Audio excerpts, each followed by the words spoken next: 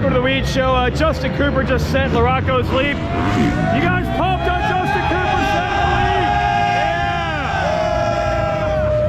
Yeah! So we all knew the most exciting part of day 2 in practice would be watching the MX2 class come out and find out who is willing to jump this jump. And they were trying to figure out who's on factory bikes, maybe Star Racing Yamahas. And the winner, I don't think you had it on the bingo card. You don't need a factory bike. You just need a fiery Latino spirit. Hey, it's Saturday's the C-word. Saturday's the C-word. Hardy Munoz is the first rider to jump Larocco's leap. Hardy Munoz, number 111, is the first rider to jump Larocco's leap on a 250. Justin Cooper has done it pretty consistently. There's Marvin Muscan. Muscan jumped it a few times. And Kevin Horgmo out of Norway came up about 10 feet short. Cased, bounced, got right on it. Well, you'll learn about a lot of these riders from the other nations. Munoz! There's Munoz again. He's jumped it every single lap. Hunter Lawrence not jumping it. There's Max Anstey. What you find out about a lot of these riders, they are senders. Kay de Wolf. It's Kay de Wolf on the Dutch team. Scrub master, but showing he can jump straight when he needs to clear that distance. So anyway,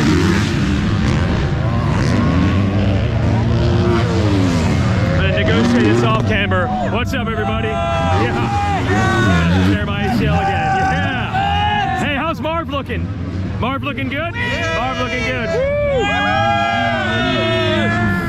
Come on, Joe. Shimoda right there. Hey, thanks to Honda, as always, for bringing to the show. They got the revised 2023 CR450R.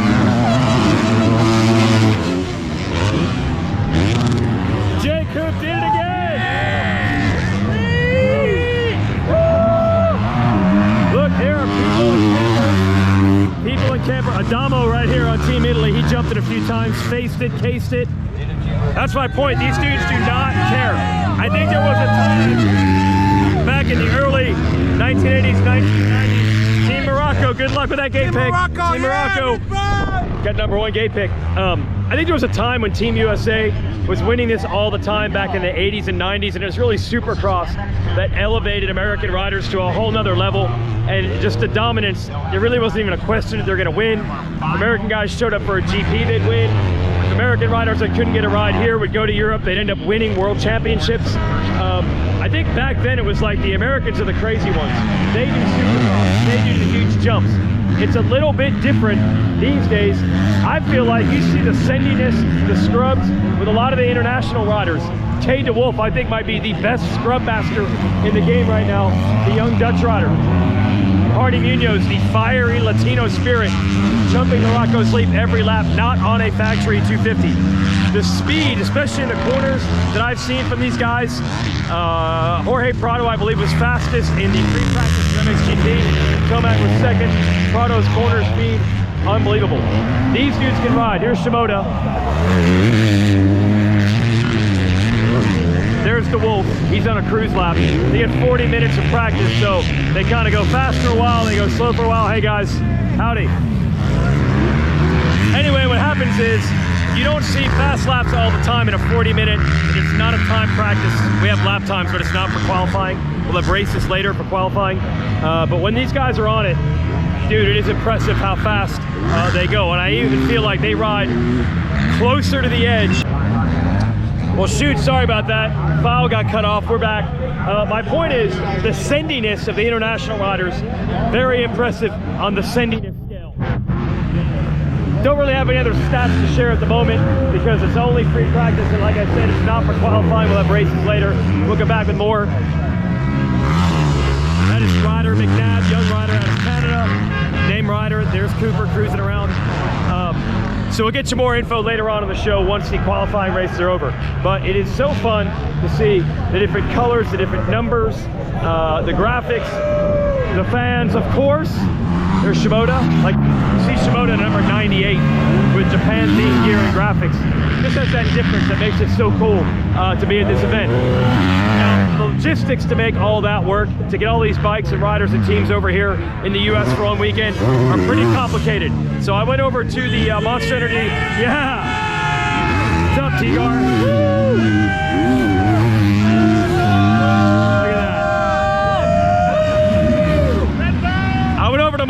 Star Racing Yamaha to see how the logistics work. I think they got 16 bikes under their tents for the weekend.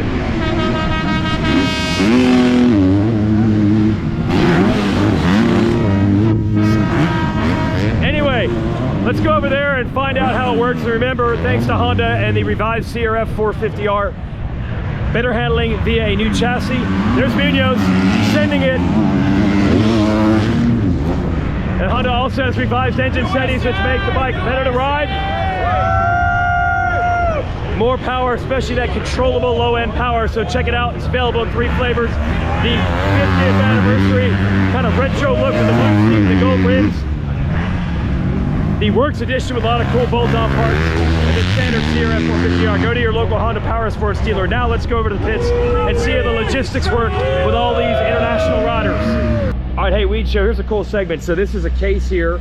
I'm gonna try to explain how complicated it is for different bikes and teams to integrate into coming to America. So we call a flyaway case. This would be for Calvin Vlonderen's bike for the Netherlands. Here's his bike here. So this is simple. This is one of the Star Racing rigs, and his bike came in a case. They built it. This is what they use if they're racing in GP. That's not in Europe. Then it starts getting crazy, and when it starts getting crazy, that's when Duff Life kicks in. So Duff Life, of course, learned at the hands of Justin Brayton for many years, now with Christian Craig, and there's a whole bunch of Christian Craig bikes under this tent. There's a lot of them here, so he's not gone yet. Yes. Yeah, and it's cool because the Calvin Vlonderen's bike, basically a Star engine in that thing. Okay, but they shipped this one. Yep, these bikes came from overseas. In the case. Yep. And then Guillaume Ferris, he's on his actual race bike. Because he was a Star guy. He's a Star guy. Okay. Yep. And Team Lithuania rented Star bikes. So this is one of Nick Romano's bikes. The Nick Romano bike. This is a full race bike from Nick Romano. So everyone at the shop was telling him, just put it in third, hit the corner wide open, and you can jump the leap. So, because Romano did it. Yeah. That's right. Yeah, all the Star bikes did it, so he has a weapon to do it. Okay. This is one of Christian Craig's practice bikes. This one's for Arminas Jasakonis. And then the big man. The big man, 6'5". Nice guy too. Yep. So this is Christian's full bike with Arminas' handlebars and suspension. And you're technically you're the mechanic for Jasakonis. My name's still on the stand. Okay, I like it. Yeah, I'm building this bike and going to line with him. And then Jago Geertz is moving up to a 450 for this weekend. Yeah. And that's Christian's other bike. So we have a lot of Christian's bikes here. There's a lot of full Star Yamahas. And then all the 450 guys here, their bikes came in the crates. So that 450 team operates. The like factory Europe 450 guys, their bikes came in crates. Yeah, because they shipped them from the last MXGP. Which is Turkey, Jago was on a 250, so he didn't have a bike. Yep. So they shipped it home, and they came over early and rode at our farm on Christian's 450, because he had to adapt to a 450. He's a 250 racer. Yes, that's right. So crazy. All right, I'm gonna keep moving here. We got more. So that is 5 bikes right here, but 2 of them are for that's the backup bike for Vlonderen. This is Swiss. That's a Seawor's bike. I'm trying to get the numbers. They have 2 because in GPs you're allowed to build a backup bike. So you'll see 2 for some of these guys. We got the Netherlands here. Okay, there's some orange. I didn't see any orange on Vlanderen's bike. I was very confused. We got some orange. There we go. More bikes, more bikes. It's a Maxime Renault bike. So like they said, Renault is on the full factory team in Europe. So that bike gets shipped over, not built by Star, but Star does help out from a technical perspective, even during their season. Sometimes they'll use Star built engines in some of the factory Yamahas, even over in MXGP. This is Ferrandis' bike. That's obviously the same bike and the same team and the same semi he normally works out of. Then we get to the American bikes with Tomac. And that's a Justin Cooper bike, and we'll complete it over here with Geertz and his 450. So that's what, like 20 bikes under these 2 semis? Let's count them. Bro, how are you? Your season could have been done, and then you signed up for the most complicated. Is that anything new for Star Racing? No, that is Star, 49 riders. Do you have a spreadsheet or a graphic, or how do you keep track of all this? It's all right here. Stop. That is crazy. So let's just count them. 1, 2, 3, 4, 5, 6, 7 bikes under the 450 Star tent. That's 7 bikes here. Here's 2 Renault bikes. That's 9. 10, 11, 12, 13, 14, 15, 16. 16 Yamahas housed underneath these two semis. Good luck, boys. Okay, I'm gonna give you more of an idea. This is the famous Alpine Stars hospitality. This is the key to everything, especially here at a GP. Oh, it's breakfast time. If you're at a Grand Prix or European based destinations, you really wanna hang out in the Alpine Stars hospitality, but even in America, it comes in handy. They just gave me a wristband so I can get breakfast. I'm gonna give you the little known secret. Look real closely, real closely. This is actually the Twisted Tea HEP Suzuki Semi, which has been converted into a breakfast and hangout zone. I'm gonna get breakfast in a second, but I just want to show you the other side. This is where I guess people like me hang out. Hey, are you gonna get a photo? Yeah. I'll get a photo of the photo. There you go. Thanks, man. Nice to meet you. Now the other side is where Team USA hangs out. That's like a general hospitality. This is where the American team has a place to rendezvous together. The other side of this rig. So heck, there's Bobby Regan from Star. And you'll see the American families and their mechanics. Well, the mechanics are going to be at their semis with the bikes, but this is kind of like a neutral zone and hospitality for Team USA over here in this. I believe this is actually an Alpine Stars semi where we have the Twisted Tea one on the other side. Oh, we're going to do this. We're going to do this. We're going to do it right. Yeah! Oh, here we go.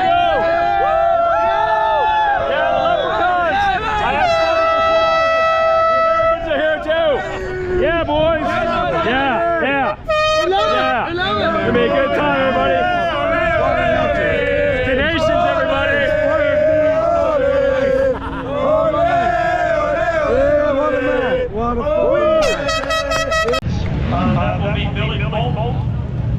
That is a checkered flag out on our final qualifying race today. So welcome back to the Weege Show, brought to you by Honda. At the end of the day, and for Team USA fans, it worked out pretty darn well. Not perfect, but certainly good enough. They did have the lowest score, and they would essentially be best out of Saturday, which means they will have the best gate pick tomorrow. But it was not without a bit of a deja vu moment in the very first race of the day, which was MXGP, and Eli Tomac started about 7th.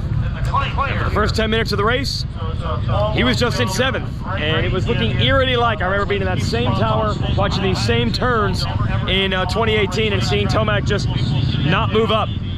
But then my colleague Kellen Brower pointed out we started to see purple sector times for Tomac, which means fastest rider in that section on the track. And then he started moving.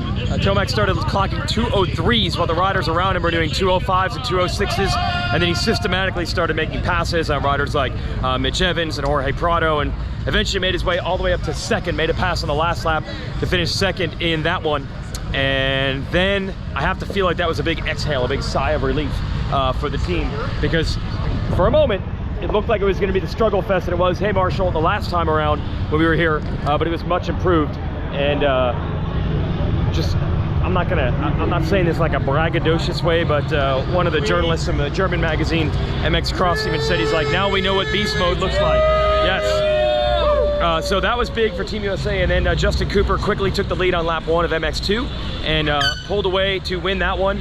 There was a brief challenge. Hunter Lawrence apparently had never jumped Larocco's Leap. It's been very difficult to jump on a 250 at the National here the last couple of years.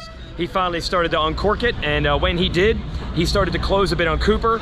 Then I think Cooper got the word and answered back, ended up winning by about 8 seconds. And then, hey, it's looking good. What's up? You feeling good about it? Not bad.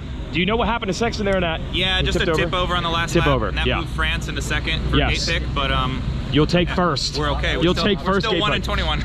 I can see Paul Perapino's from Team USA. You can just see the emotion there with that first gate pick. So in the final race, which is open, Calvin Vlonderen got out to the lead, the Dutchman. Sexton was 3rd, was able to get around Dylan Ferrandis, was able to get into the #1 spot. People are pumped up. Yes, thank you. People are pumped up. What is this thing? Oh, I can do it? Oh, absolutely. Just hit the... Oh, yeah, that is nice. Thank you. Wow, the train horn. Can we get a picture? Hey, guys, yeah, let's do it. So, oh, yeah. Sexton had the lead, but Ferrandis, who said yesterday he was going to be 2021 Ferrandis. Let's get a photo. You get a selfie? Yeah, we'll get it. He kind of was 2021 Ferrandis. He kept Sexton in sight. They were exchanging mistakes, closing, pulling away, yo-yo. Then Ferrandis had a problem. I think he might have had a rock stuck in his rear brake. He was kicking it out, and that allowed Sexton to get away. Oh, you gotta open it up. Oh, we'll work on it. There's all this pressure because we're doing the show and they want to get the photo. Yeah. And then the last lap, Sexton goes down and Ferrandis wins, and that was an emphatic fist pump over the line. We all good? Solid. Good. All right. France ends up second and Australia ends up third. So the 3 teams we thought were battling for podium are battling for podium. RedBud.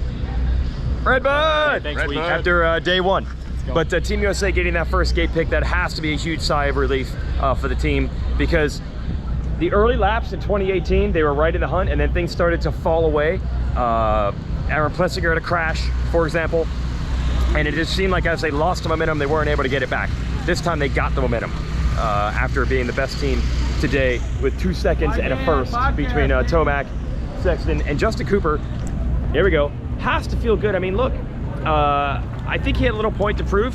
There was never a question that, thank you, Tomac and Sexton. Oh, they're pumped on that.